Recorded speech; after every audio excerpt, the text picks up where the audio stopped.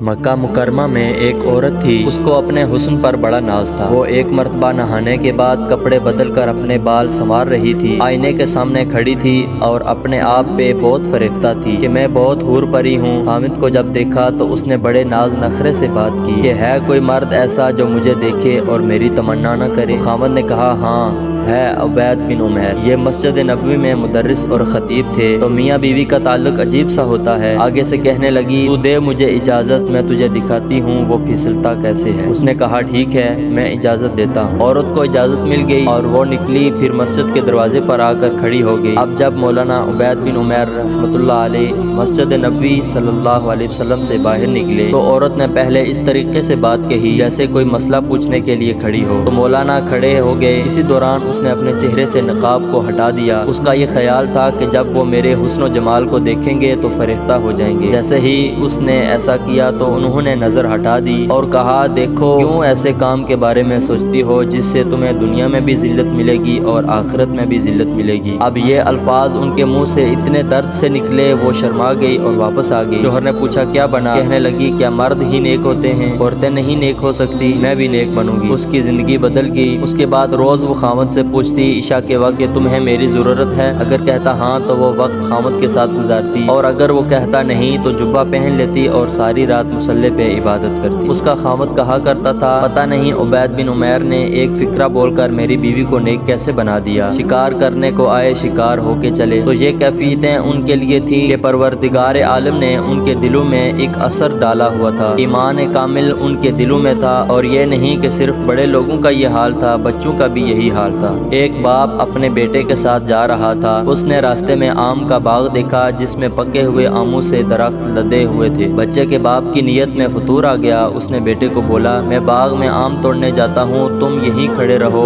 اور اگر کوئی نظر آیا تو مجھے آواز دے دینا۔ اور باپ باغ میں آم چوری کرنے چلا گیا۔ چنانچہ جیسے ہی خوشے کے قریب پہنچا تو بچے نے پیچھے سے آواز لگا دی اے ابا جان، اے ابا جان، کوئی ہمیں دیکھ رہا ہے۔ تو وہ گھبرا گیا اور ویسے ہی واپس آ گیا۔ آ کے دیکھا تو گلی میں تو کوئی بھی نہیں تھا۔ وہ بیٹے کی اس حرکت کو دیکھ کر سخت غصہ ہوا اور بولا یہاں تو کوئی بھی موجود نہیں جو ہمیں دیکھ رہا ہو۔ بیٹے نے کہا ابا جان، انسانوں میں سے ہمیں کوئی نہیں دیکھ رہا مگر انسانوں کا پروردگار تو ہمیں دیکھ رہا ہے۔ چھوٹا بچہ 10 سال کی عمر ہے، تقریباً اس کا بھی یقین ایسا بن گیا تھا، اور یہ یقین خود بخود نہیں بنتا تھا بلکہ ماں باپ بناتے تھے۔ داؤد طائی رحمۃ اللہ علیہ ایک بزرگ گزرے ہیں، بڑے محدث بھی تھے اور فقیہ بھی تھے اور مشائخ و صوفیاء میں سے تھے۔ امام اعظم ابو حنیفہ رحمۃ اللہ علیہ کے ہاں جو خاص شاگرد تھے جو فتویٰ لکھنے میں اور مشورہ دینے میں کام آتے تھے۔ جو مجلس مشاورت تھی یہ اس میں سے ایک تھے، بہت تقویٰ کے پہاڑ تھے۔ وہ اپنے بارے میں خود بتلاتے ہیں کہ میری عمر 5 سال کی تھی تو میرے ماموں گھر آئے اور کہنے لگے کہ داؤد اللہ کو یاد کر لیا کرو۔ میں نے کہا کیسے یاد کروں؟ ماموں کہنے لگے جب تم سونے لگو بستر پہ تو اس وقت تم یہ کہہ لیا کرو کہ اللہ میرے ساتھ ہے، اللہ مجھے دیکھتا ہے، بس یہ کہہ دیا کرو پھر سو جایا کرو۔ وہ کہتے ہیں کہ میں نے کہنا شروع کر دیا، پھر کچھ عرصے بعد ماموں سے ملاقات ہوئی تو کہنے لگے اللہ کو یاد کرتے ہو؟ میں نے کہا ہاں۔ وہ کہتے اتنا ہی کافی نہیں بلکہ اب کچھ زیادہ اللہ کو یاد کرو۔ تو پھر کہنے لگے کہ میں سونے سے پہلے اللہ مجھے دیکھتا ہے، اللہ میرے ساتھ ہے،